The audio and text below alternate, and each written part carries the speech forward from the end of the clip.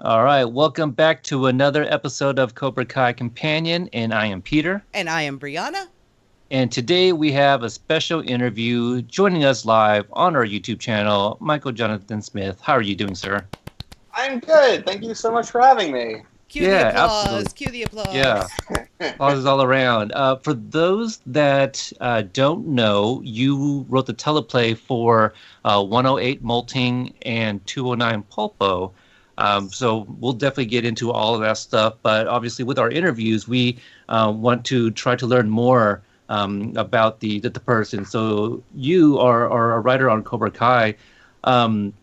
Why don't you tell us maybe your history with the Karate Kid and why it is you decided to get into writing? Sure. I moved. I was born on the East Coast, and I actually moved from Boston to Southern California, Irvine, when I was like six. Or I was six. So I actually lived the experience of moving across the country. And when I was in California, my parents introduced me to the Karate Kid, and I immediately fell in love with it. I just totally related to being a transplant from the other coast, and like I'm dealing with all the picadillos that come with that. People commenting on your music choice or clothing choice and all that stuff. And I was bullied a little bit growing up. I mean, I became a TV writer, so clearly I was bullied at some point in my life. So just the idea of moving around a lot, it just clicked with me, and the magic of that scene being, of him learning karate. Like, there's just so much magic in that movie that I just absolutely loved it. And I got into writing I didn't know what I wanted to do. Like, I was in high school and I had no idea what I wanted to do. And this is going to sound really lame, but I saw that movie Memento at like a really tiny art theater. And the second I watched it, I walked out and was like, I want to make movies. Wow. And I just was so thrown by how crazy creative it was, and you could tell stories like this, and it was just wild. So I immediately started doing that and started writing plays and at school and making I did a like public access TV show with a friend of mine. Shout out to Brian Carroll in high school, and we just kind of went from there. And I realized quickly that like writing kind of did everything I wanted to do. Like I didn't have the equipment to make a lot of stuff. So, but if I could write stuff, I didn't have to worry about the equipment. So I got just really into the writing aspect of it. And now I'm out here. Is it amazing, like the capability that people have nowadays just with their phone?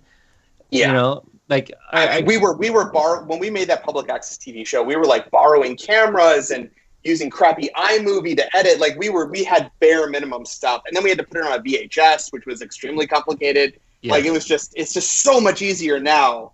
But now it's just sort of like, like I have a kid now, and the idea of making something small like that is just so overwhelming.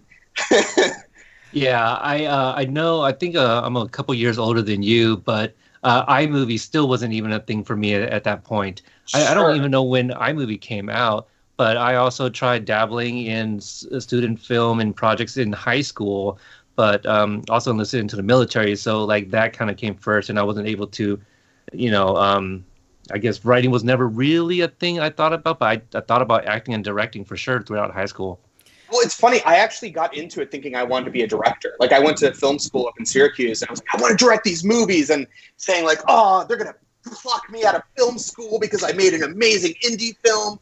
And I just started really, like, I came out to LA and I knew I wanted to do TV, and I was tired of like making webs. I was tired of trying to like make a short film. So I started doing a web comic by myself and treated that like a TV show. And I fell so in love with writing the web comic that I just like doubled down on writing for television and yeah, just focused on that.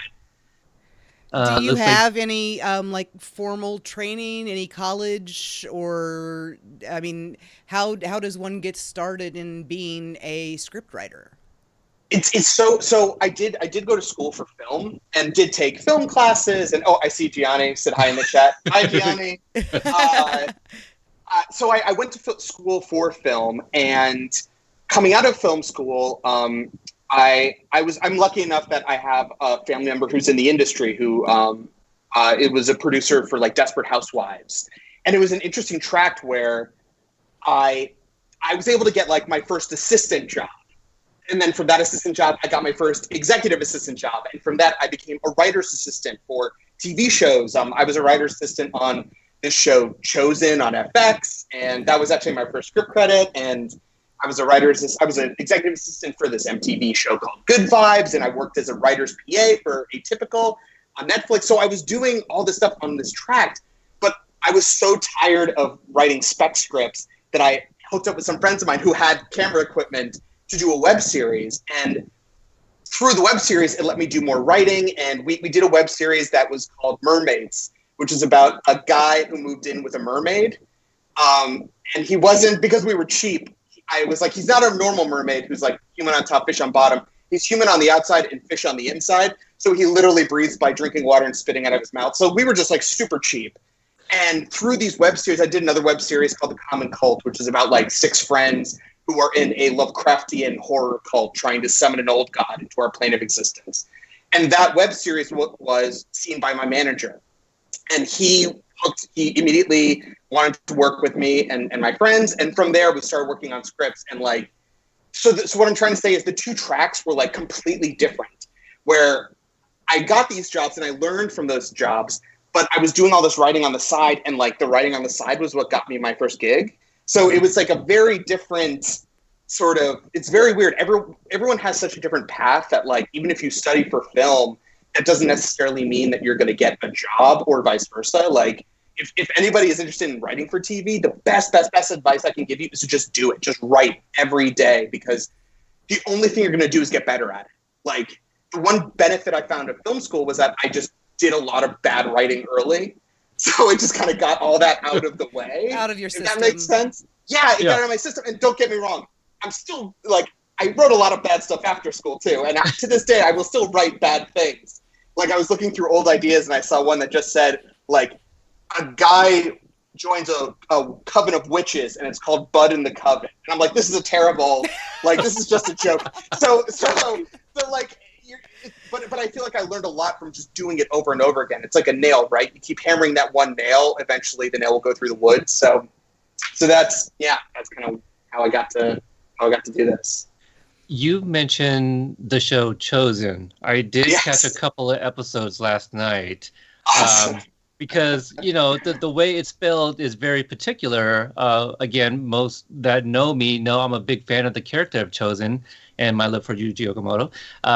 But Chosen, the character from that show, it's Chosen with an Ozen. And there's a young lady that he meets that's, was it her name Bobby? Bobby with an I? Yes, Bobby with an I. So there's some similarities to Karate Kid there, and I know that you wrote 2 of the episodes. Yeah. Completely.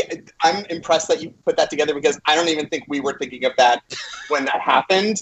I think Bobby with an I. So the creator, who is a good friend of mine, Grant DeKernian, he's one of the funniest dudes I've ever met.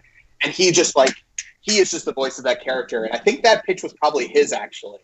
Nice. But yeah, that show was super fun to work on. It was just like a rad show. And the showrunner with Grant was this guy, Tom Brady, who wrote on like The Simpsons and wrote like some of my all-time favorite Simpsons bits. So just like working on those shows was just a dream.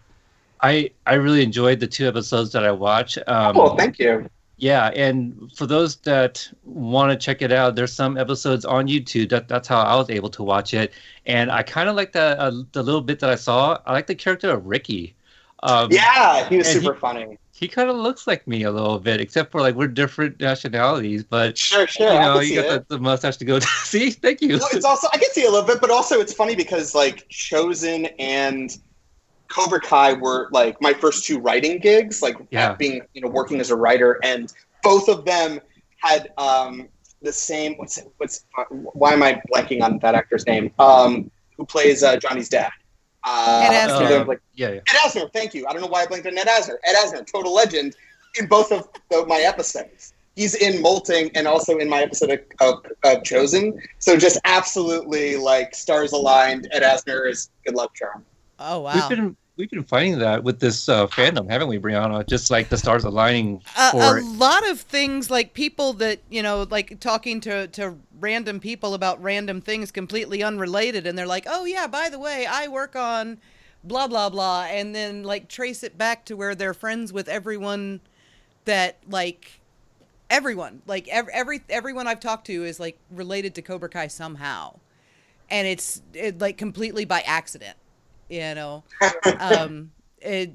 guess it's just spreading everywhere. It's good vibes, man. That movie's good vibes. Exponential growth, we'll say. Looking a little bit on the past, but looking like toward the future, and understanding that we can't get into anything season 3 or beyond, so no one in the chat even asked. Have you done any virtual writers' rooms since March, and how are you finding that experience? I've done a little. I've done a few like general meetings and did a mini room, and it takes some getting used to for sure. Like I know Joe and Luan said that like the Miro board, which is essentially our digital cards. So my kind of role in the room has become handling a lot of those cards, organizing. Like in season 2, I did a little bit of it in season 1, but in season 2, the guys brought me in a little early and just kind of unloaded all of their ideas for season 2. And like, I just started putting them up on the board. Like, oh, that could work here. That could work in episode 5. Or, oh, if that's going to happen, it should work in this part should be in episode 4, and starting to organize some of that stuff. So going from physical cards to digital, it's a little daunting because now you have the infinite. So now I can just like fill up the board with every little dumb idea we ever say. So it's been a little bit of a struggle. I just miss I've missed the vibe of being in a room with some of these people, like, or being in a room with any people. It's just it's like there's nothing quite like being in a room with all these people just trying to make each other laugh and pitching ideas and bouncing off each other. And on Zoom, you're just sort of like it's hard to read people's vibe or know when a good time to jump in is. So it's definitely not as I prefer the physical room, but it's better than not being in any sort of room. So. Right.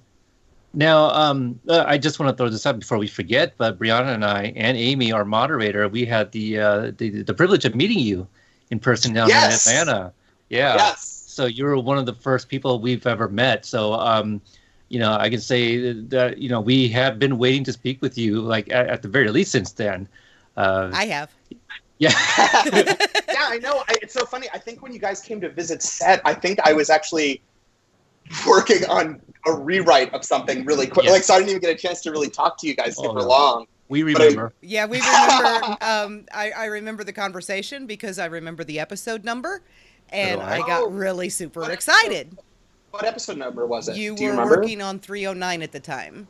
Oh, okay. Oh, yeah. I thought it was the other one. Okay. Well, it could have been either one or the other because I know that that's my 309 is one of my episodes next year. So. And I got so excited. 304 the other one?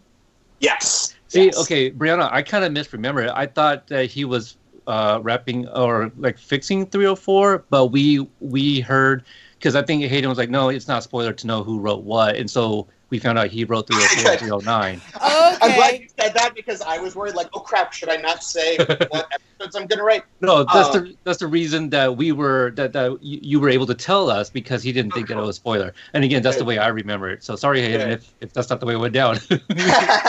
Well, I don't see how it could be a spoiler to know who wrote what. We're still just dealing with numbers. It's not like we have titles.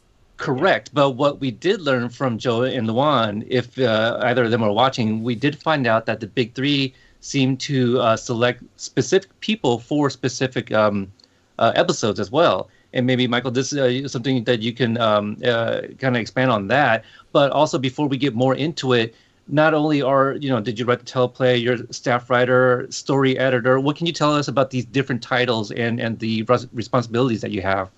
Yeah, so Cobra Kai was actually the first show I was ever staffed on. So I came in on season 1 as a staff writer, which is the first, kind of rank that you hit when you come in.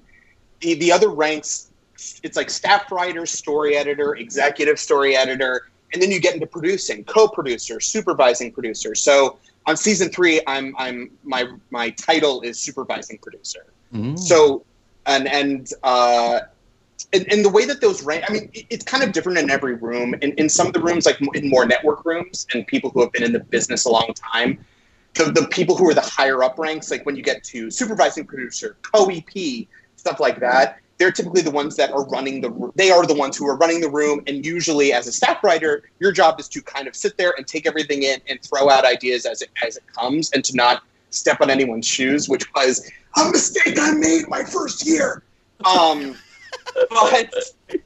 But it's sort of like, but what's so great about the room that the big three run is that there's no egos, there's no, and I'll just back up a second. In a lot of those rooms that I've been in, the ego can come into play there, where it's sort of like if you step on anyone's toes or anything like that, it's kind of a big no-no. But what's so great about the room and the environment that John and Hayden and Josh have like kind of cultivated is best idea wins. So even the assistants are encouraged to kind of throw out ideas, to pitch on stuff, pitch jokes, stuff like that.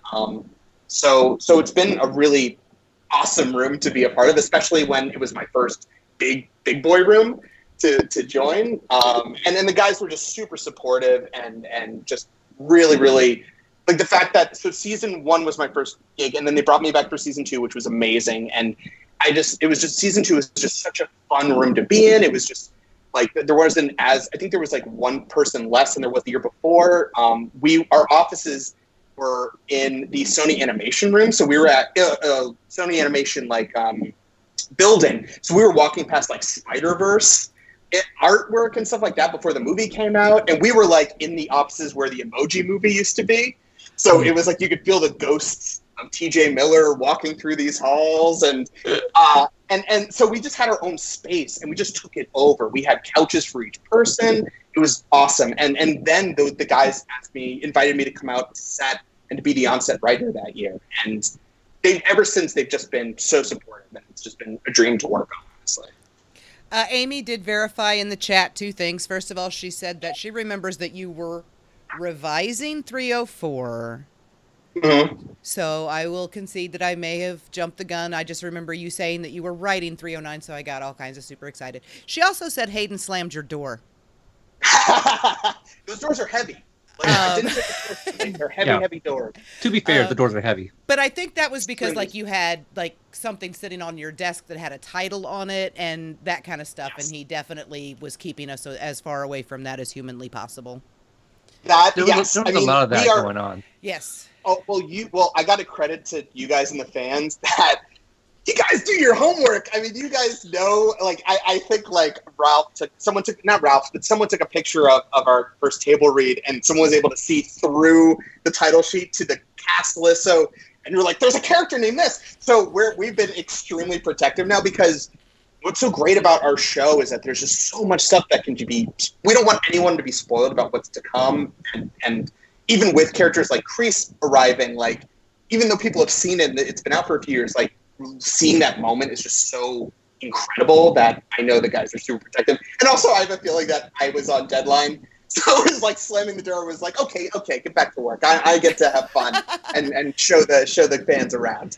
Watch Party points out that yes, that was Ralph holding the script, because he may or may, we don't remember who was looking through it. Yeah, we have no clue. Watch Party, who looked through the script and flipped it backwards. Watch Party. Yeah, and he didn't put out a video either. Watch Party. No, Watch Party. We're gonna be season 3. I mean, I know that John and Josh and Hayden have posted very few photos of like what it was like on set for season 3, and I too am sitting on a ton. Like, one of my all-time favorite photos of me and Ralph that was taken totally just off the cuff is like. It's such a great photo, and it just captures like what I love about working on the show so much. But I can't show it because it spoils a location. So it's the second season 3 comes out, and then a month later I'll show the photo so everyone gets a chance to see it. And there's no spoilers, but it's awesome. I know what you mean, because I mean you know that we were shown around, and so there might have been a hot set or two that we kind of saw, and I might have gotten some photos that Hayden's holding until season 3 airs before he sends them to me. So he confiscated them. He took Peter's pictures with his phone. Yeah. So he could confiscate them until they are no longer spoilery.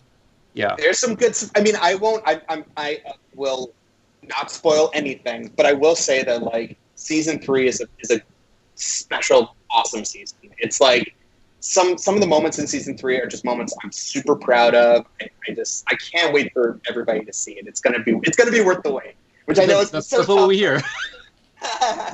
tough. Now you kind of alluded to this, but for somebody that is working on the show, our friend Watch Party, we have done videos as well.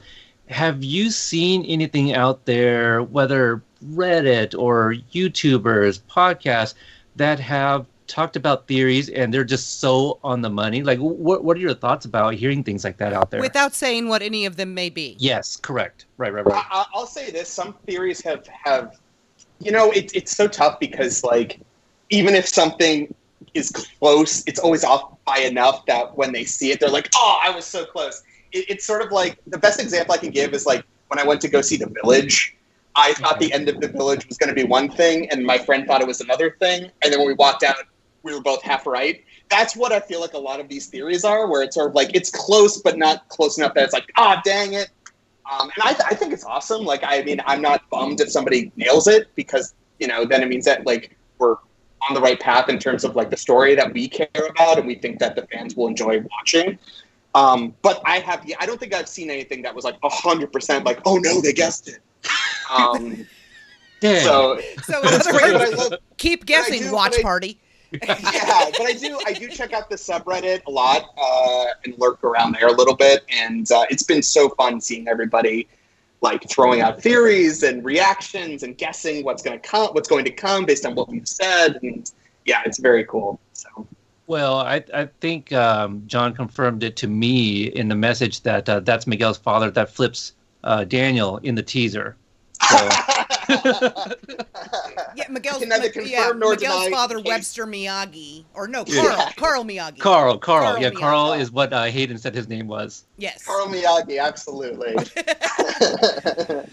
Okay, so we have to start talking about how did you get Molting. the job specifically for Molting, for because that was your first one. Sure. Yeah. So it's funny. So I'll just back up because I think it's kind of an interesting story to show you that like literally anyone's path to writing a TV show is completely different. So I had just finished being a PA on Atypical, and my daughter was born, and I was unemployed. I was working part-time for this comedian Morgan Murphy and this other comedy writer Robin Shore, and just trying to get a little bit of money here and there. And while I was working on Atypical, I was working on this pilot.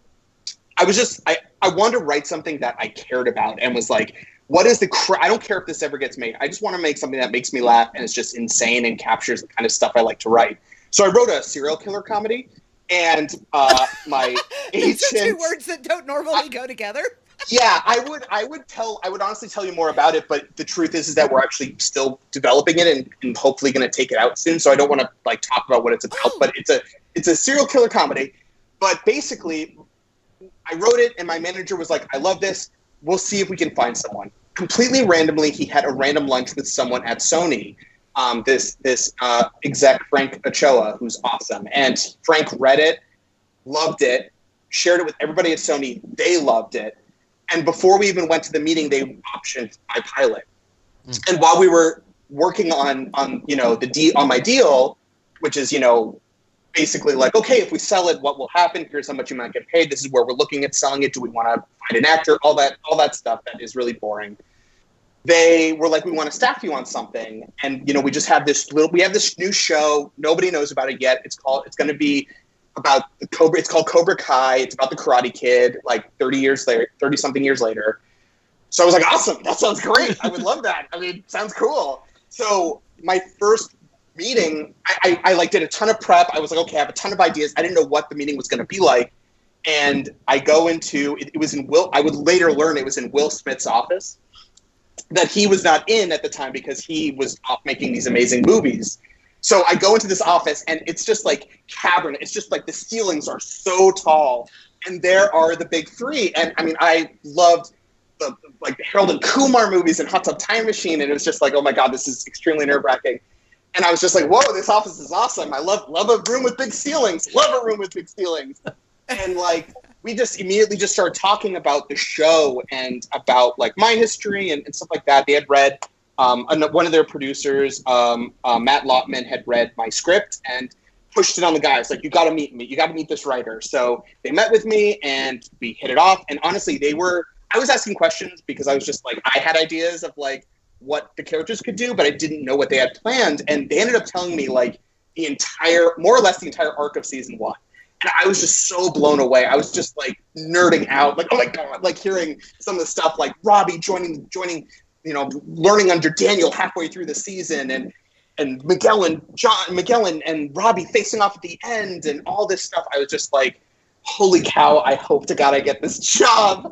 So I left the meeting. I felt really good about it. They said they felt good about it, but I was like, this was my first gig. I had no credits. And then a few weeks later, I found out I got the job. And also in between this, they announced the show. And I was just like, I saw Patton Oswalt tweeting. And I'm like, well, I'm going to lose the job to Patton Oswalt. I mean, why wouldn't they hire Patton Oswalt? And then I found out I got the gig, and it was just huge. It was just like, I mean, the guys have heard me say this a few times, but I'll be honest, like getting the Cobra Kai gig was absolutely life-changing. Like, it started my career. It gave me a better relationship with Sony, with these guys. Like, it's just unbelievable how that happened. And being in the room my first time was awesome. They, like I said, they were super welcoming, and it was a cool room. All the other writers were great and had a lot of experience, so I learned a lot. And then I heard I was going to get Molting. I was going to get episode 8, which was just super, super cool. Like, yeah, so that's how I got the episode. So, wait, Brianna, did you ask? You asked about him. Okay. So, I mean, just adding to that, Michael, they again, they specifically chose you. Do you know what it was? Maybe that they decided to have you write Molting. For those that need a refresher, that's where we get to see Grandma LaRusso again. We get to see Lucille, the return of Lucille. And when she showed up on screen, I was like, "Oh my God, she's back! Lucille is back!" So you had one of those very memorable moments too in the show, in season 1. I mean, it was. I couldn't tell you, at least. I mean, the stuff that I really like to write are the scenes that are like. First of all, I love comedy stuff. Like, it's super fun to have a chance to write jokes in the show. And I learned very quickly the tone of the show is not extremely jokey, as you guys know. Like, there's a ton of comedy in it, but it is not like it's not a jokey show. And so anytime I get to write any sort of comedy, it's just like so lucky. But I also love writing some of the more heartfelt scenes, and I knew that this scene had I knew this episode was kind of setting up the next episode, which is even heavier in terms of the heart stuff, like, or the meaningful scenes, like with Johnny and Daniel. So it was just sort of an awesome opportunity to kind of like, okay, here's all our storylines, and we need to kind of set up the stuff with the kids and set up the date stuff and the relationship stuff. And so yeah, I love to write relationship comedy too. So like the Miguel and Sam stuff was really fun to write, and yeah, that's kind of stuff that I like to write. And I think they saw that and jumped in even further with episode 9 of the second season. In terms of the stuff I really like to write. So. Yeah, that makes sense, because the episode 6 of Chosen, that's not really a date per se, but Ricky and then the young lady there. I could kind of see that relationship thing. Yeah. So how much of the content of Molting were you handed in an outline or, from the big 3, and how much of it was your actual pitch? So a lot of the stuff that we kind of plan out together. The guys had season 1. They had almost every single episode kind of figured out in terms of what we needed to get done. And as we went through the season, we would pitch ideas and build off of it and stuff like that. And what was kind of interesting about episode 8 was that there was a lot of stuff that ended up moving to other episodes in my original draft. Like, for instance, when Sam flips Miguel in episode 7, that was actually a scene I did a pass on in my episode. And there was an early version where the bonfire was in my episode. So there's a lot of things that got shifted around and later as as the writing continued. So there was, I can't think of any specific scene that was like, oh, I really want to write this scene. I think I remember being like really having a really strong handle on the idea that like what Johnny's arc was going to be, that this was going to be a turning point for him, and that he was going to start changing his life coming into the next few episodes. So that was a big thing I remember pitching on. I don't remember who initially pitched the car being destroyed, but I do remember being like, we have to do it. It's in the script. I'm sorry, guys. We're doing it. We're setting a Pontiac on fire.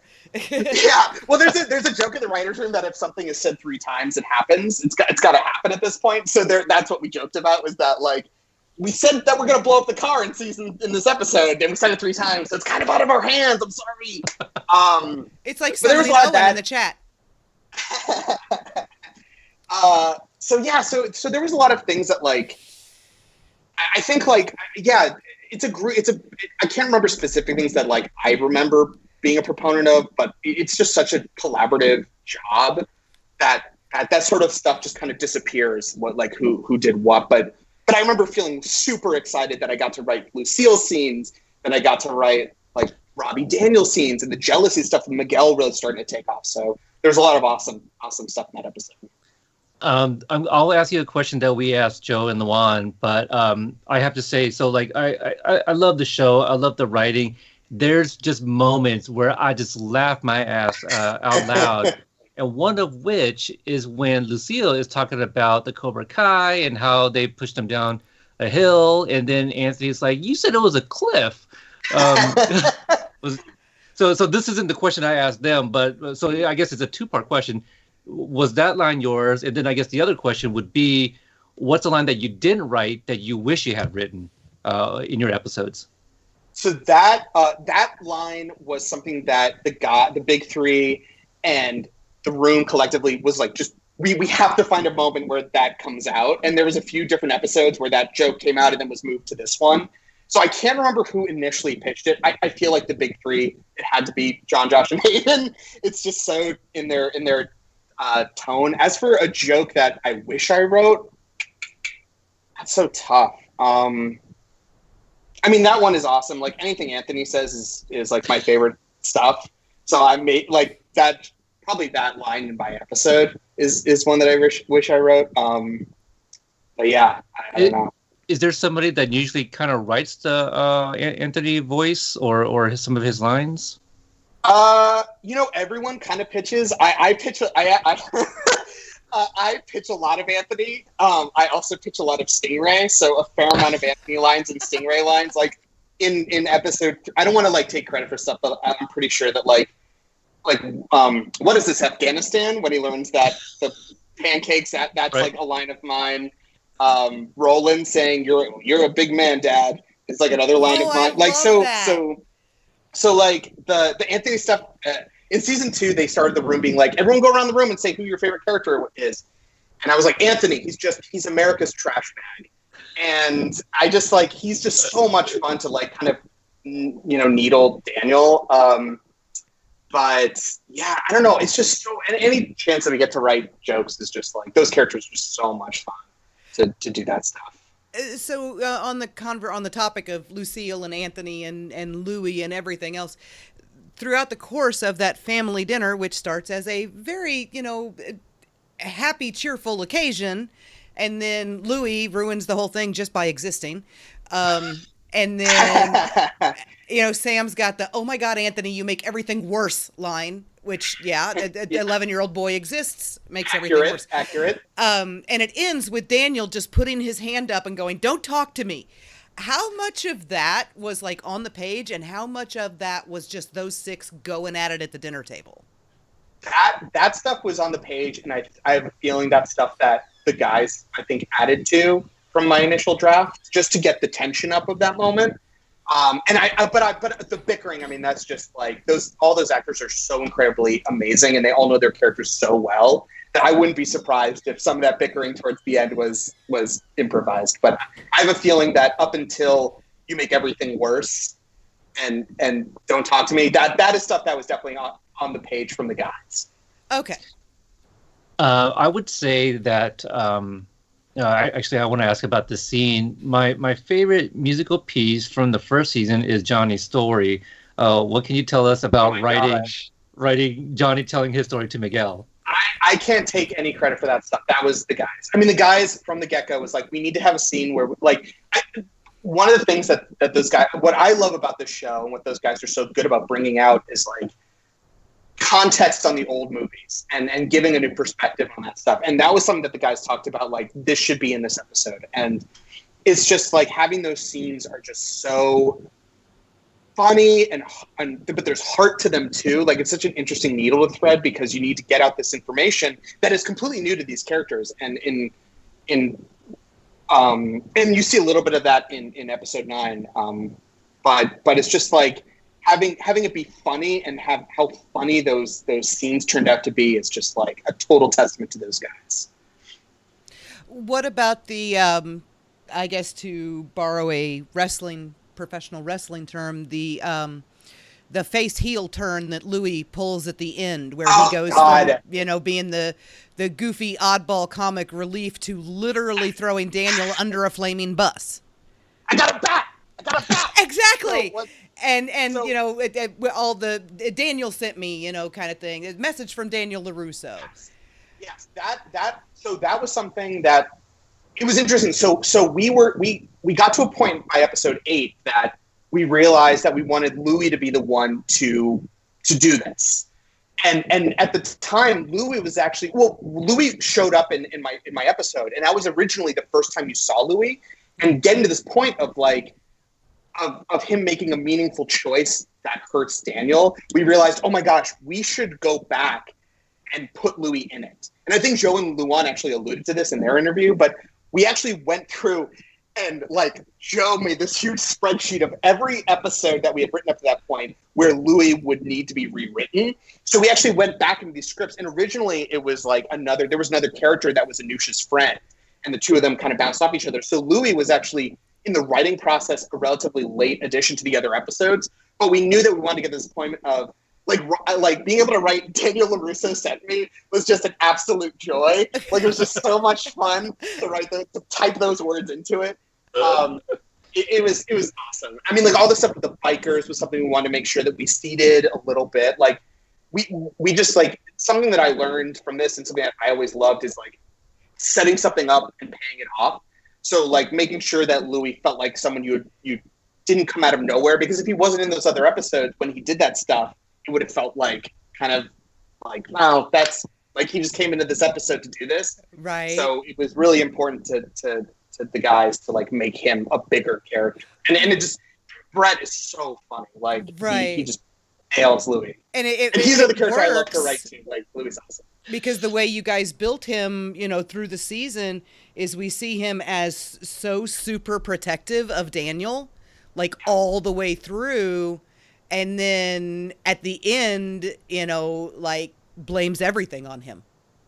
Yes. And it's just, F Louis.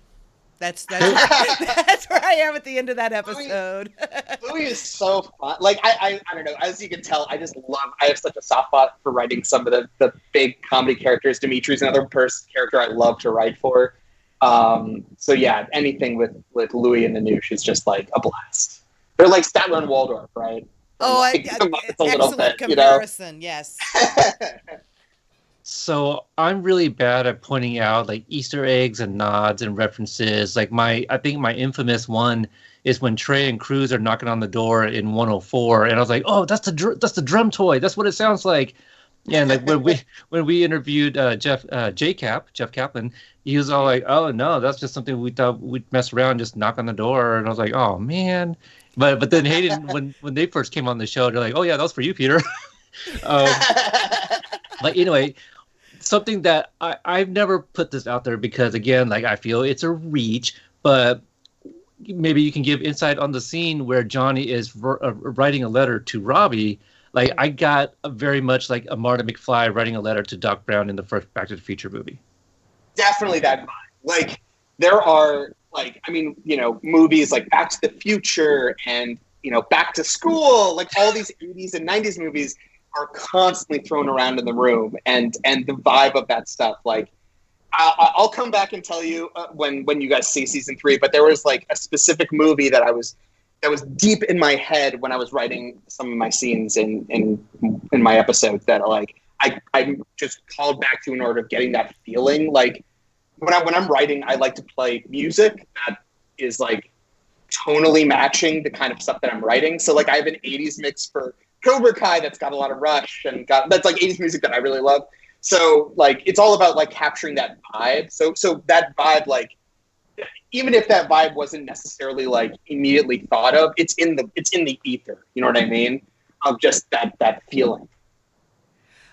I have to ask, on behalf of the entire fandom, new, old, I would be remiss if I did not ask this question. What time of night did Johnny get on that motorcycle and head for Escalon Drive? Definitely early morning. I could probably actually look at the script because I think that's something we talked about. I would say, who doesn't write a letter at like 4 a.m.?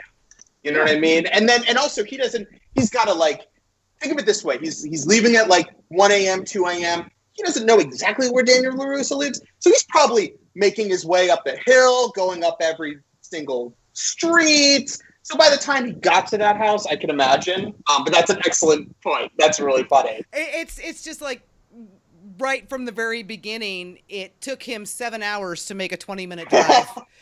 So we've been trying to figure out where he went.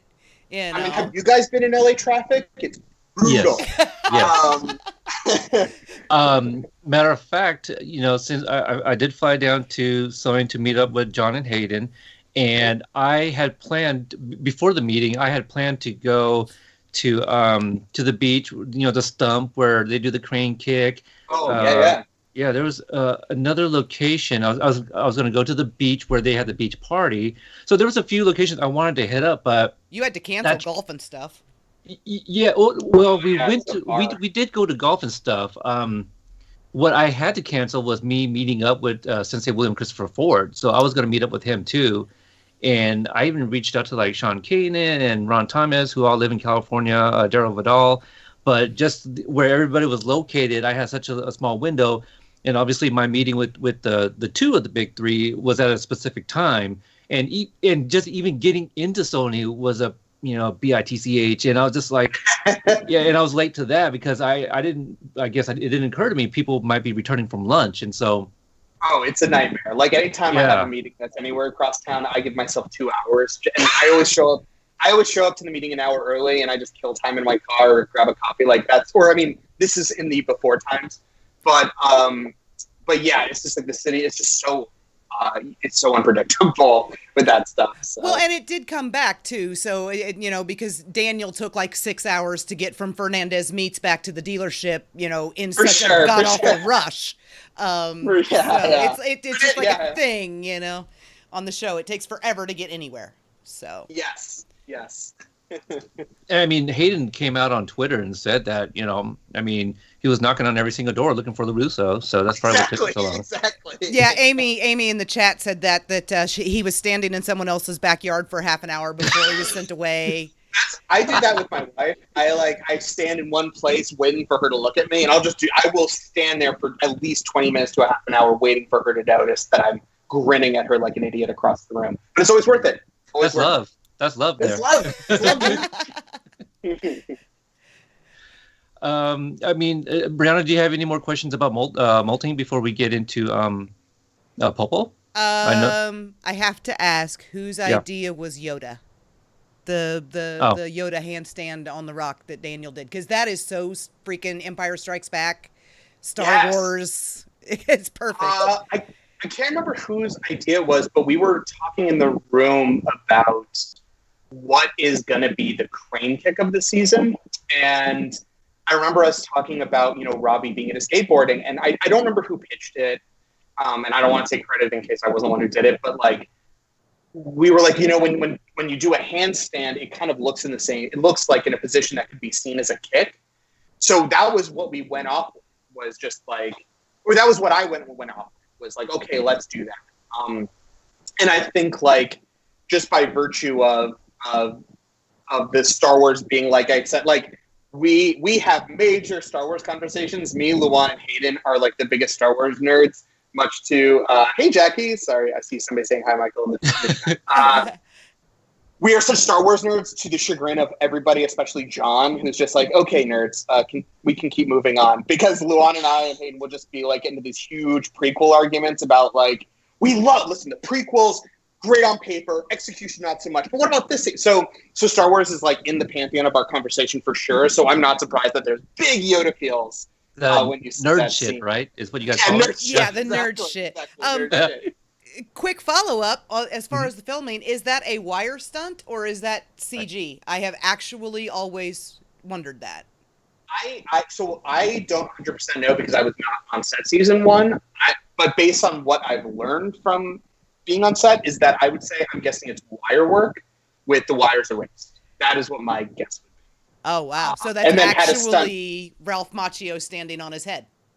Well, you know what's funny is that like when you do any of these stunts, and we'll talk about it in Pulpo too, but like any sort of stunt like that, you have to have some sort of wires set up so that in case they fall. So like my guess is the reason why I think it was probably wires is because I know for a fact that when Robbie was up on that tree, he was wired up.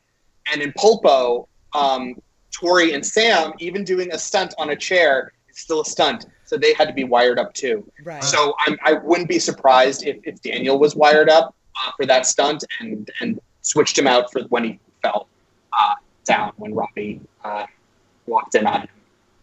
Oh, That's wow. interesting that you weren't on set in season 1. So I'm sure that it was season 2 behind the scene photo. I don't know if you shared it or it was Mary, but it was a picture of your back, and you might have been wearing a Star Wars shirt. Do you remember something like that? Yeah, I was sitting on a chair. Yeah. I have an equal amount of Star Wars shirts and Cobra Kai shirts now. It's like most of my wardrobe is nerd shit, stuff like that. So that was definitely season 2. Season 1, like I said, I was a staff writer. I was low man on the totem pole that year, and like I finished up the room a few weeks early, just contractually. So that's just how it works in the industry. Is that the lower level writers are usually the first to be excused. So I was not on set, and the guys like they coming into season 2, like one of my one of the things that like one of the things I'm good at is I have a really good memory. Like, a good memory about things I care about. Like I could tell you pretty much all 151 Pokemon and their types, but I have to look at a calendar when my family's wedding anniversaries are. So when it came to Cobra Kai, I have a really good memory about that stuff. Like, and that's from being a writer assistant. I kind of remember like you can more or less. I mean, I don't want you to quiz me, but like you could say a script or a scene, and I could probably guess what episode it takes place in. So I have a big encyclopedia knowledge of like, for the most part, of what happens when, and keep track of that stuff. So the guys invited me to come out on set and be the on-set writer to help rewrite stuff and help them kind of get the scenes done that they needed help with while they were busy directing and producing and all that stuff, and just kind of be, just on hand for anything, joke pitches, alts, rewriting scenes because we lost the location, just doing that kind of grunt work. And also like knowing, okay, if we make a change to 5, what's going to happen to 6? If we make a change to 6, do we have to make changes to 1 through 4? Like, so that was a lot of stuff that I ended up doing a lot of, and that was what I learned to do even more so when I went on set, and did that to an even greater extent with the help of Joe and Luan in season 3. So. Throwing back a little bit to Cobra Kai t-shirts, are you wearing a Cobra Kai Coors Banquet crossover t-shirt right now? I am. Yeah, I am. When you leaned back, I was like, oh my God. Pretty amazing. Oh, that is awesome. Where is that available? Anywhere? Or is that for you guys exclusively? I can't remember where it's from. A company, we stumbled upon this. When we find out that anyone is doing anything fan related to Cobra Kai, we immediately jump on it because it blows our minds and it's awesome. And thank you, Michael, for liking my shirt. So when we heard that they were making these shirts, we were like, oh, we'd hate to throw a cease and desist your way. Not that we had any power to do anything because nobody's making t-shirts, but they actually offered like, hey, if you guys want some shirts, send us your sizes. So I sent my size, and I got this shirt, and it's like my favorite shirt, and it's peeling because I don't take good care of my shirts. But it's awesome, and it's extremely comfortable. And the second I can send you guys the link of like where I picked it up, but I can't remember offhand. Okay, because like Amy points out, it's a truly amazing shirt, and everyone must have one. It's a very good shirt. It's very good. I think so. I think the guys have one of them too. I'm not sure. Maybe John has it up here. But yeah, it's awesome. I love it. Yeah, brilliant design. I like it a lot. Pulpo? Well, yeah. Yes, Pulpo. Well, Brianna, I mean, I'm sure you just got plenty of questions. If you just want to jump in, I'll work off of those. It's the best episode ever. It's pretty darn great. Thank It is you. pretty darn great. It is hands down my absolute favorite episode. It did something I never thought could be done, which was knocked different but same out of first place for the same reason. You gave us two things that I live for: Ralph Macchio dancing and Johnny and Daniel shaking hands. So Yes. thank you. Thank you. I loved that episode. Like, I loved writing Molting. It was such a fun episode. There's so much, like Lucille, stuff like we talked about, so much good stuff. But when I found out that I was going to write episode 9, I was just like over the goddamn moon. I was so excited, like, and intimidated, because, like you said, this is a big episode. You've got the two of them together. You've got the party with the kids. Like, there's so much happening, and it was just an absolute blast to write. You mentioned the party scene. When we spoke with Owen about the party scene, and it's almost a blink and you miss it unless you watch it often, as most of us do. But at one point, Bert is bartending, and I called him the Bert tender. Was that something like on the spot? You guys decided like, hey, let's have Bert pour drinks, or what was that about? That was on the spot, I think. Yeah, which is great. It's an excellent choice. But I will say the one thing we did talk about in the room was this idea that Bert and Nate hate each other despite never seeing the two of them actually talk. There's just something so funny to us about knowing, like, Sam and Tori hate each other, Miguel and Robbie hate each other, and then realizing that these two characters just had this behind-the-scenes thing that you never saw is just, like, the funniest stuff to me. That was pretty great. Well, and what comes across, I don't know whether it was, just me putting text where there is none or whatever, is something similar to what happened with Chris and Mitch, because they were the little guys, so they had super bonded, and then when Nathaniel left, Bert felt betrayed, and that's the way that I perceived that whole thing with them. But this is excellent timing. AJ is in the chat now, as we're speaking of the party scene. Yeah. Owen just said Bert tender. Yep. Hey, Owen. Yeah. So I will say, in the canon, we kind of talked about, like, we imagined that the Bert and Mitch, and this is like not 100%, but this is what I was imagining writing those characters, is that it was more like Bert enjoyed being kind of the little guy who everybody kind of loved. Like, that's our Bert. And then when he came into Cobra Kai, he was like, fuck that guy. He's taking he's the new cute little guy. No, to hell with him. I'm that guy. And then when he left, I think there was an element of that sort of like rivalry that it came out of absolute nowhere. But yeah, those two are awesome, and like those characters are great. So it's like the Philadelphia Philly and Fred Bird the Redbird getting in a fist fight on the sidelines. They're the mascots. Yes, exactly. Okay. They're the mascots. Yeah. Oh man, I want to hear that dialogue. I know, right? Yeah. If Netflix wants to make a Bert Nate spinoff, I'm ready. I'm here for it. Well, I saw someone ask who decided to tape up Stingray's hands to beer bottles. I can't remember if that was me or Hayden. I will say one of the other bonuses of writing episode 9 was that I wrote a lot of it on set. I did a lot of the first draft of it while I was still in LA and continued to work on it. And as we were producing the other episodes, I was constantly rewriting 9 based on what needed to happen. But what was great was I was working like one-on-one with Hayden a lot, being on set, and it was an awesome experience, like pitching stuff back and forth and coming up with that stuff. I want to say Hayden was the one that came up with the 40 hands thing. Maybe I pitched that. I can't remember at this point, but Stingray, like I said, is like one of my favorite characters, and I wrote a lot of Stingray's lines because he's so much fun to write for. My favorite Stingray line through the whole thing is, "My mom's gonna kill me." Yep. 35-year-old man terrified of his mother finding out he's drinking. I also love what he says.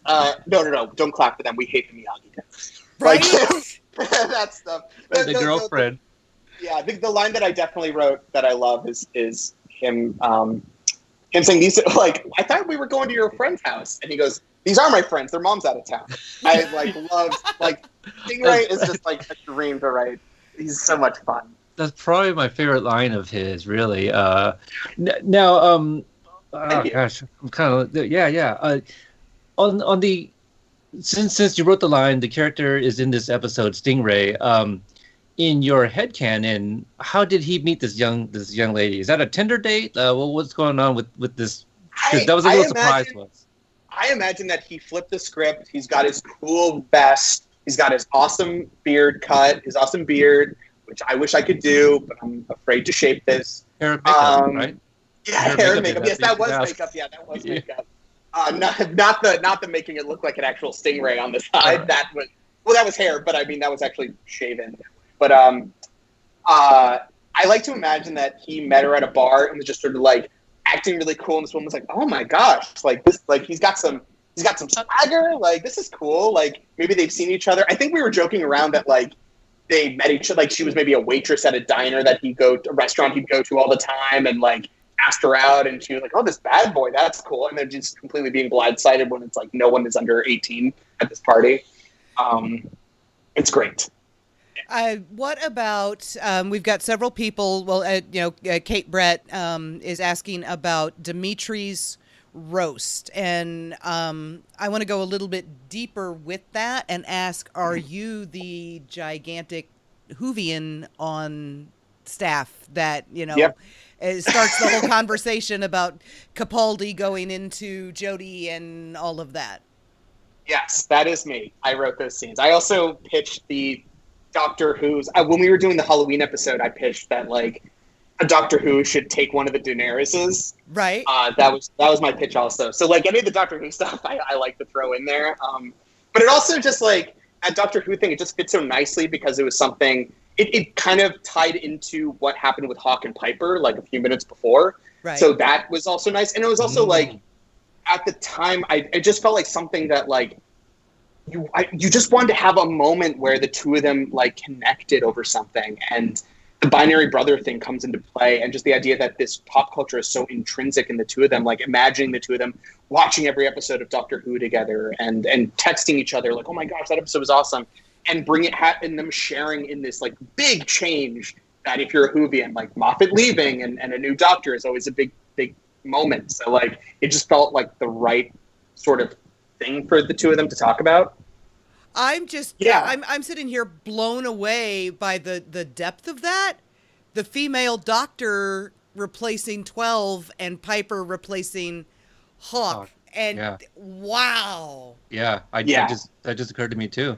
So really, really subtle. Like it's super subtle and it's just like it just felt like the right thing for them to talk about. And yeah, like I see Amy saying Eli was back for a moment. Like that was the moment. That was something we wanted to have in that little bit.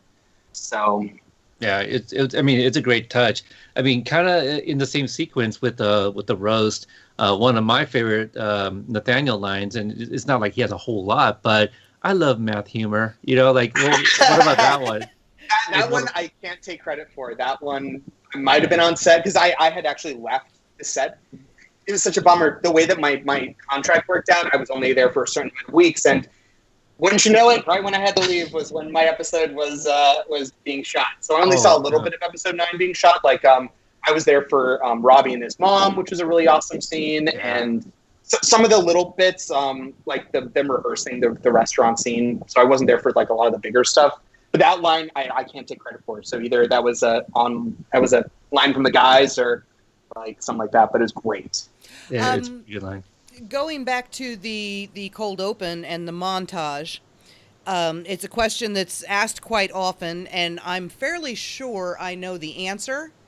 In that montage, we've got the girls, bouncing back and forth, and then Tori has the line about some people have it, some people have it easy. We have to fight for everything and all of that. Mm-hmm. Sam says everyone has a sob story that doesn't give you the right to be a bully. Mm-hmm. Sam does not say that line anywhere in the season. So, Is that a line that was cut, or is that one that was written specifically to answer back to Tori? I don't believe it was a cut line, but I can't say more about that line because I don't want to spoil anything in season 3. So I'll say that it's a very important line, or it's a cool line. It's a great line. It sums up that moment, but I don't want to accidentally spoil anything. So I'll just leave it that it was not a line that was cut from the season. On the note of like cut lines, and we'll throw in scenes too. So of the 2 episodes that you wrote the teleplay for, was there a line, a joke, or a moment that didn't make it that was in your script? Man, no, because I always I always thought that like what got replaced was always better, or I understood the reason for something being cut. So I never felt anything like that. I will say though, the one joke that I did write or pitch in the room that was in the script for a very small moment, I don't know if it was in 8 or in episode 8 or episode 7 or whatever in the first season, but there was a joke when Robbie was talking to Daniel about where he lives and how it's like not a great place to live. And Daniel's like, what do you mean? And Robbie goes, well, in my town, we have 6 McDonald's and no hospital. And I always loved that joke. And that it did not make it into the script for a very good reason. Because like I said, it was too jokey. But I just loved the idea of that. It always made me laugh. But there isn't any true. It's kind of true. I mean, very it's not specific to North Hills. Right, that's the thing. Like, it's not realistic enough to land. Right, like it was just sort of like a funny bit that's like it's funny to think about Robbie living in a town that has more fast food than actual medical places. But that's not realistic. Like, no town is really like that anyway. So it was a good cut. But I always liked just the comedy of that beat. But that's the only thing I can think of off the top of my head. The AJ here says that Pulpo is one of his favorites. Thank you, one AJ. of his favorite episodes. As I understand it, so when we spoke with Nate, he talked because we asked him about the whole dance battle between him and AJ, and I believe either somebody showed Dougie or Dougie saw some dancing and decided to include that. Can you give insight on the dance battle? Yeah, I remember the guys. I was coming down the set and the guys or Dougie pointed out that like Nate has some moves. I think like one of the big 3 was telling me about like, did you hear that? Like Nate actually has some dance moves. He was like just whipping them out like in between shots. So we were like, we have to find a place to put that in. So yeah, that was why we put it into episode 9. It felt like a really great spot for that. Yeah, I think there was a video, somebody shared it. Yes, where, Asher and Nate was like dancing on stage like during lunch or something. Yes, yeah. They were like, oh man, Nate's doing like this Fortnite dance. Like we should find a spot for him to actually like pull out those moves. I was like, absolutely. Let's throw it in the party. So it's a great spot for that. It was so great. So when we talked to Luan and Joe, I mentioned to them, and asked them how did they deal with knowing that they were going to be the ones to write the first real incarnation of the fight between Johnny and Daniel. So I kind of have to ask you the same thing, but in the opposite direction, because you gave us the handshake, which is the first time they have touched each other other than beating the crap out of each other in 34 years. So you, like the first visual symbol of the coming, we hope, crush fingers, unity between them, you got that moment. So how did you approach that? Did that intimidate you at all, or? 100% intimidating. The second because we talked in generalities about what this episode was going to do. We knew that we wanted them to shake hands. We knew that we wanted them to get to that place. We knew that through this dinner, it was going to have to happen.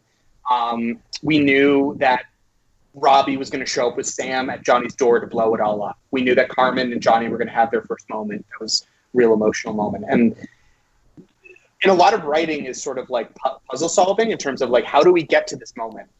How do we buy in the logic of these characters? How do like headspace? Joe and Luan brought that up. But if there's one thing I've learned so much writing on the show, it's always about headspace. Where is this character's head coming into this episode? Where does it have to leave? And how do you get there in a way that you understand and buy? So having those scenes be like, okay, in this first date scene, they absolutely hate each other. In this next one, they start bickering. In this next one, they warm up a little bit. In this next one, they bond. In this time, they're doing talk about that. I saw in the chat the 4 rounds. and I caught it. The last time I went 4 rounds, I caught a foot in my face, which Yes. is a line that I believe I wrote, and I couldn't believe that it stayed in because I was like, is this too much of a nod? But the guys were into it, so I was so happy that it survived. But it's amazing. It's a great line. It is a fantastic line. Thank you. I don't want to 100% take credit because like I think I wrote that line, but you never know who pitched it, so I don't want anyone to get mad at me. But for now, I'll say I wrote it, and if anybody wants to text me, you can text me. But like you have to be so careful with all those moments, and like the guys were so great about like I remember coming into their office multiple times being like, what do you think about this? What about this? Like, is this okay? Like wanting to really get their input to make sure that we're hitting those beats super, super correct. And so it was extremely intimidating. And the fact that everybody loves those scenes so much, like I went into those scenes, I put all my heart and passion into those scenes to make sure they were right and to make sure it felt good. And like, I knew it was kind of given to me. So I want to make sure it landed. And the guys were so helpful hitting that stuff. Like the moment where there was a mistake with the food. That was Hayden. Hayden was like, we should have like a Seinfeld moment in this dinner. Like, what if this happened? And I was like, I love it. Let's do it. That helps. So it's awesome. Like that whole scene was just all those scenes were just like amazing. I think a lot of the power of the handshake too. It didn't diminish it in the slightest, right? They go into it with Daniel being super, super serious and sincere, and they come out of it with Johnny once again giving him shit. Yes, exactly, and squeezing the hand a little too hard. Yes, and it's just so them. You know, yeah. I think it was perfect. Josh. I think Josh was the one, because I remember coming to the office and being like, how do we want this moment to land? Like, we want them to shake hands. And I think it was one of the big three, maybe it was Josh, was like, he should squeeze it a little too hard and get a little line at it. And it's just, like, it's great. So all that stuff is just... It's such an incredible episode. I mean, Mike Tobin, yeah, he brought up exactly what I was about to ask you about the white belt line, which was also one of my favorites. White belts, the newbies. That thing. Can't take credit for that line, but it's great. It's really funny. It's a great line, but isn't it also like Josh's pet peeve when a server doesn't take down the order and just tries to do it by memory? Huge pet. I mean, I know the guy, like, I've been lucky enough to go out to eat with these guys, and like his food is like my other passion. I love to eat disgusting food that is destroying my body, and those guys eat like absolute kings. Like the places that they took me out to dinner was just like so amazing, and that is just a huge pet peeve of those guys. So that it could have been one of those things where the three of them talked about it, and one of them mentioned to me like, "What if it was this?" And they just talked about it amongst themselves. But yeah, it's a huge pet peeve. It's a pet peeve of mine too. I'm like, just write it down. What's the problem? Like, writing those scenes were super easy because I feel the same way. I'm like, what's the problem? Like, my parents do that all the time. And I like, just write, you have a pad. I can see it in your pocket. Right. You're carrying the pad for that specific reason. You're taking down the order. Yeah, exactly. Right, and now we're to the point again where, could go on forever and ever and ever, because I want to ask you about the blueberry pie. I want to ask you about the aggressive chip eating. So many little minutia. And like when the, I guess it would have been September, October of 2018, the official series put out a tweet that they were there, or it was a casting site or something like that, put out that they were looking for people who could salsa. And I picked that up and I retweeted it and I said, hey, I know this guy. And it was the footage of Ralph Salsa from Dancing with the Stars. And the official series actually liked that tweet that I made. And awesome. It's like I sat silently on that for 6 months going, he's going to dance, he's going to dance, he's going to dance. And then he's in the background and the focus of the scene is Johnny and Carmen. But Daniel was still dancing. There was some stuff that got cut that was definitely like seeing Daniel like break out the moves and like, you see him dipping Amanda and Johnny's like, of course. Just of course Daniel has like all these incredible moves. But yeah, that scene was awesome. Like and I don't think anyone's caught the Easter egg in that. Did you guys know there's an Easter egg in that dance scene with Johnny and Carmen? In the dance scene?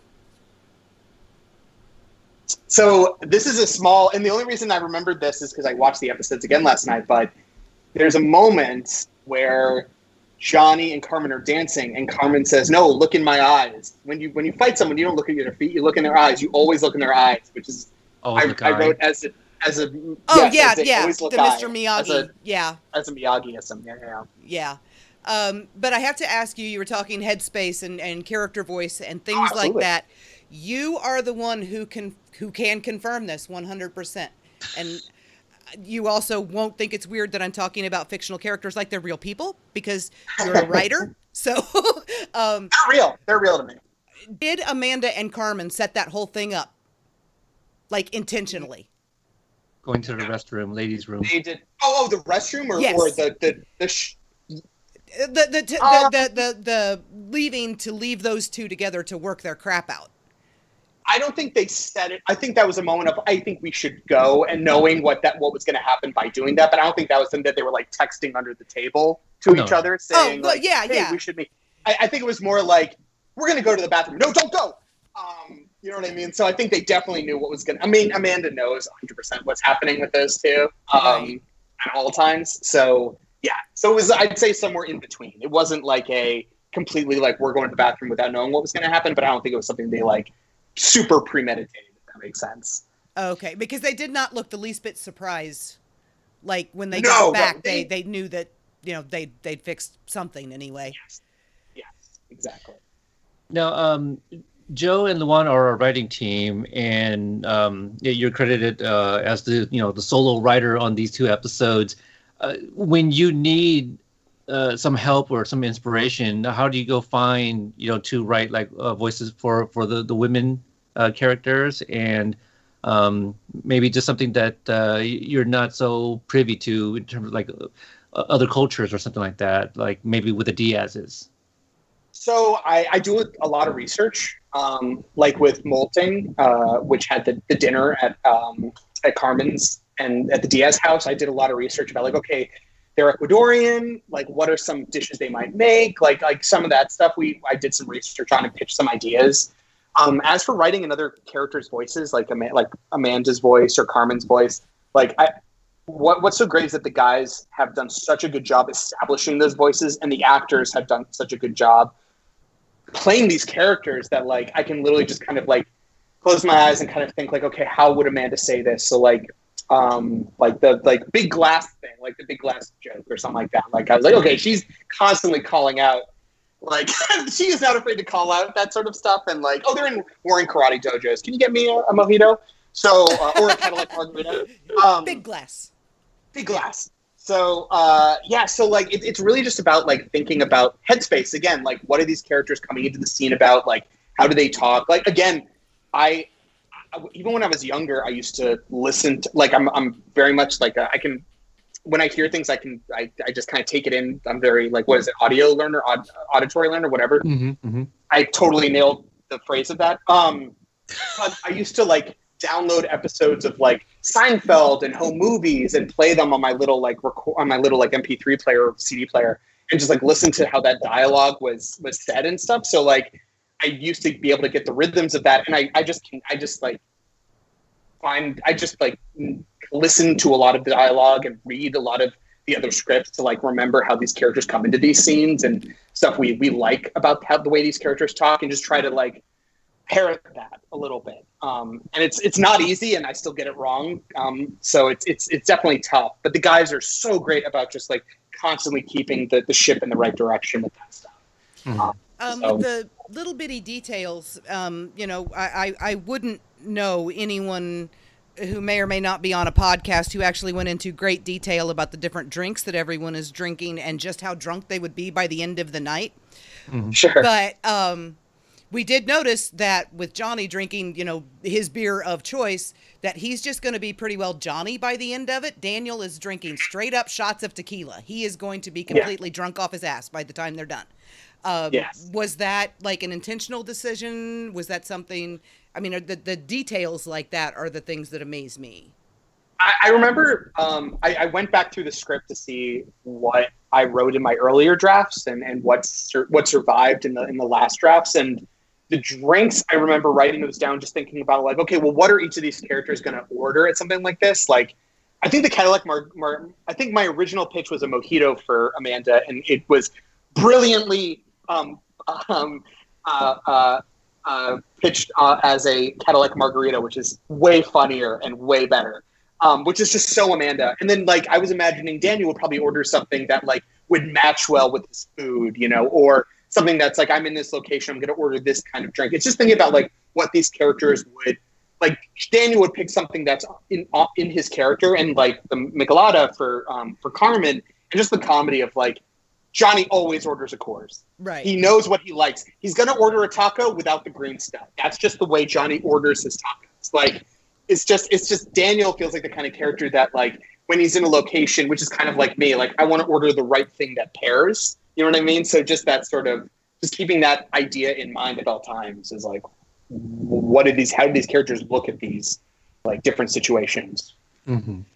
I think we'll probably spend a few more minutes before we get ready to wrap up. And I always feel like everything that you guys write is very deliberate.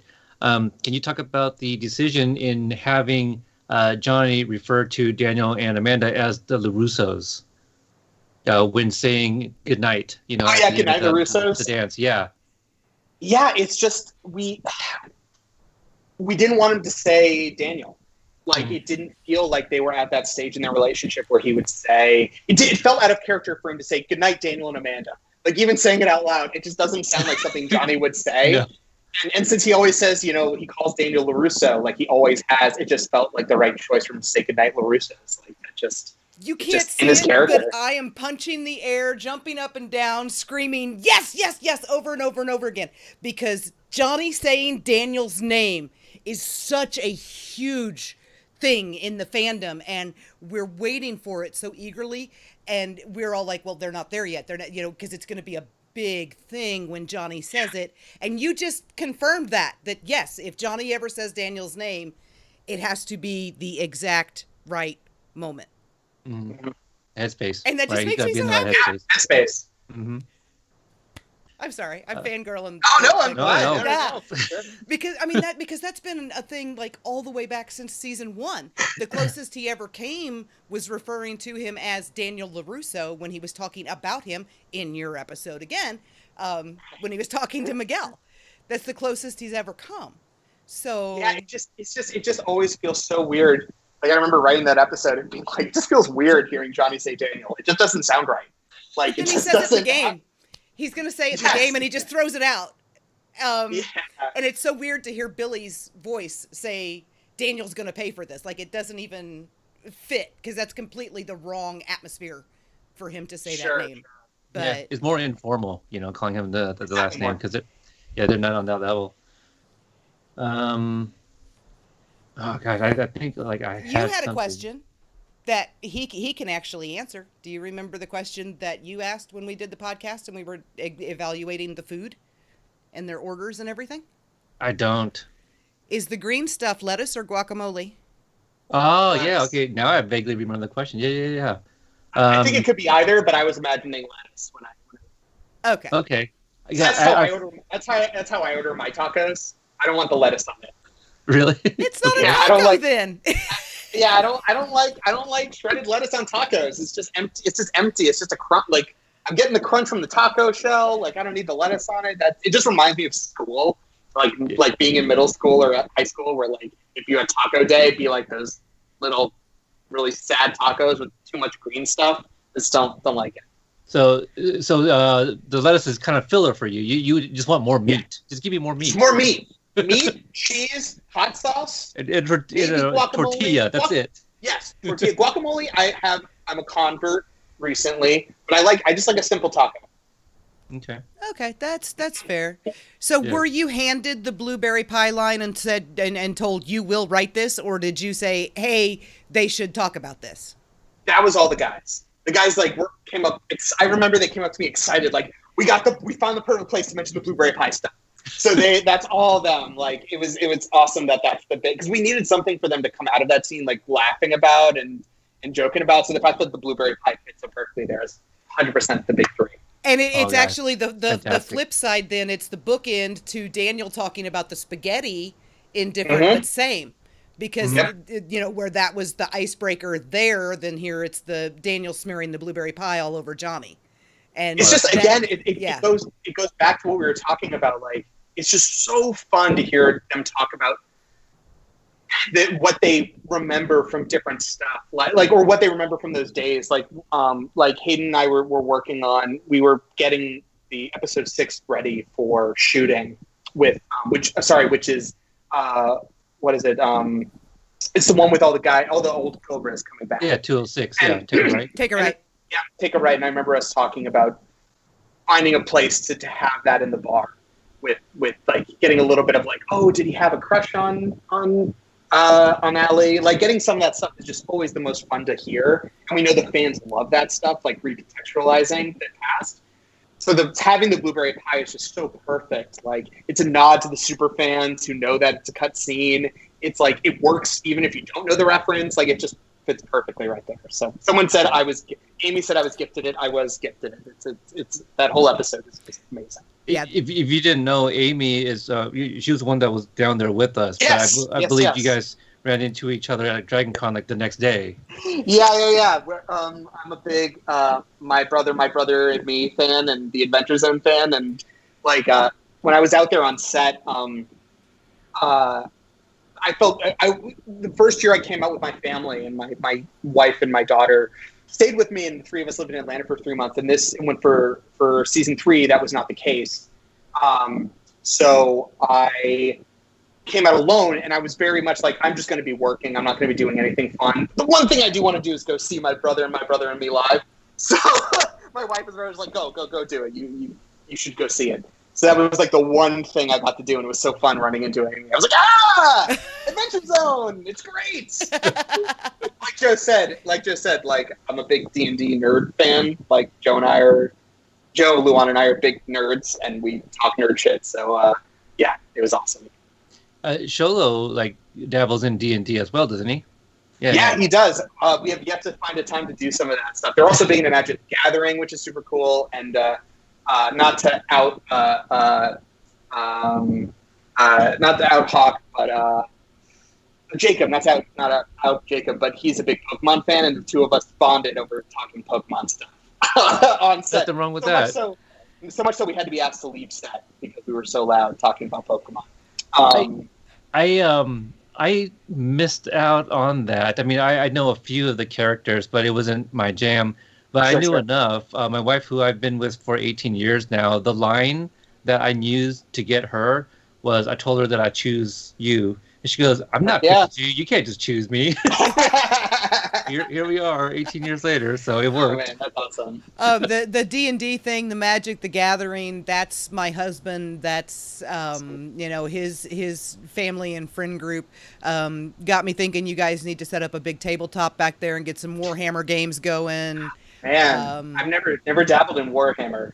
D&D is super fun, and I need to learn Magic. I've never really played it. I collected the cards and bought the magazine to see how much each card was worth, but I never actually learned how to play the game. We had a hobby shop, so we sold the cards. So I had all the values and things like that of like monetary. Awesome. And my husband's like, yeah, but I can kill so many people with this card. And I'm like, yeah, but it's worth $35. We're putting it on for sale. That kind of thing. That was me. That's awesome. Brianna, do you have any more questions before we get ready to wrap up here? 1,000. I know it. And you were kind of like joking about like apologizing for fangirling out. Can you imagine if you weren't a fangirl and how dry this interview would be? No, I love it. I love the fangirl stuff. Like, I love the fanning stuff. Like, this is an awesome opportunity to be on here to talk Cobra Kai, to answer some questions, and be on the other end of it. So much for gracing us with your presence and your glorious beard and all of it. Please, it was my pleasure. All of this. I know earlier on, I believe it was a friend of the show here, Sensei Pialani. She was saying how she just adored your energy or something. I'm paraphrasing. Right. A lot of people saying that they can feel your passion for what you do. So sorry about that, guys. Sorry, it wasn't too much. But no, Michael, I don't know. You need to tone it down next time, okay? All right. You would not be the first person to say it to me. You know what 100%. though? I think if you've got like, there's not a single person now that Susan's here now. By the way, hi Susan. there's not a single person in that chat who would not give their eye teeth to be sitting where you are. So if you've got it, then you deserve it, and you should absolutely revel in it. Absolutely. That is very nice of you to say. It's honestly, like, I came into this show a humongous fan. I'm a humongous fan being in the show. Like, the guys are not the first people to say that. I'm not the first person to say this, especially on your show, but, like, the fans are the ones who make this show. And we are fans, and we are coming at this from a fan place. So, you know, we love it. And the one thing I've learned being in this kind of weird industry is that whoever cares the most wins. So, you know, if you have the passion, if you love it, you know, that usually wins in the end. Well, obviously, you know, we would love to have you back after, you know, season 3, so we could talk about those episodes that you wrote as well. What are some other things that you can kind of promote that you have worked on or working on that maybe listeners and viewers can kind of check out? I know you got Diary of a Future President on Disney Plus. Yes, I was in season 1 of that show, which was awesome. And if you have kids, it's a great show. It's even if you don't have kids, it's a really great show and it's super special to be a part of. Unfortunately, I cannot talk about the stuff that I'm working on right now. Hopefully it will be announced soon because it's rad and it'll be awesome, but I can't talk about it right now. But the one thing I can talk about is I've actually started my own podcast, which has been wild. Yes. I just saw that the other day. Amy said that she was going to download them all and get a chance to get them all. It's super insane, and it's just so... It basically is a podcast I do with 2 of my friends who are actors and improvisers. It's called In Theaters Never, and it's basically we dissect a movie 1 minute at a time. You know, like there's the Star Wars minute and the like Indiana Jones minute, and we're doing the same thing except the movie doesn't exist.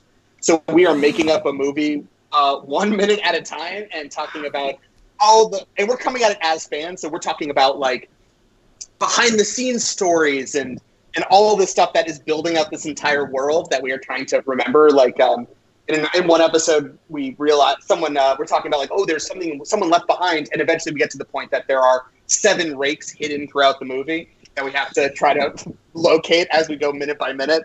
So there's just like, it's an absolutely insane show, but it's super fun and it's goofy, and they're only like 30 minutes long, so you can 420 blaze through those episodes, no problem. But that's been super fun to work on. So. That sounds phenomenal, and I have to go find that.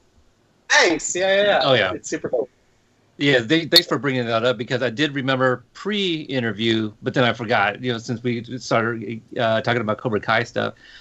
So if you do welcome the followers, where can listeners follow you on social media? I'm on Twitter at Beardy McWhisker. And I am on Instagram as I am Michael Jonathan. So you can also find me at Beardy McWhisker on Instagram too, but it's my private account, but I have a link to my public account in it. So if you guys want to follow the food I'm eating and stuff like that, so feel free to. Any Cobra Kai stuff I'll be posting. And the other thing I'll promote, watch Cobra Kai again. Just keep watching it. It's awesome and it's great. And if you guys want future seasons, that's the way to get them, is to keep watching. So. Yes, over and over and over again. Yes. Brianna, what about you? I am still Brianna25, any and everywhere you may want to look for anything that I may or may not do. Same thing for us. We talked about the audio podcast a lot. All the interviews are on the audio podcast. I'm slowly, surely moving them onto the YouTube. So let's see, what was the last one I put up? Well, I guess Chosen, because we got excited about a teaser and who we think is Chosen. So Yuji Okamoto's interview is up on YouTube, but obviously on our audio podcast as well. So yeah, check out the site, you guys. We have like views literally on the website CobraKaiCompanion.com. I need to update that one, but I want to thank you for coming on as a guest, and thank you for everyone that's tuning in, and we'll see you guys next time. Yeah, thank you so much. Thanks for having me on. This was a blast. Bye-bye.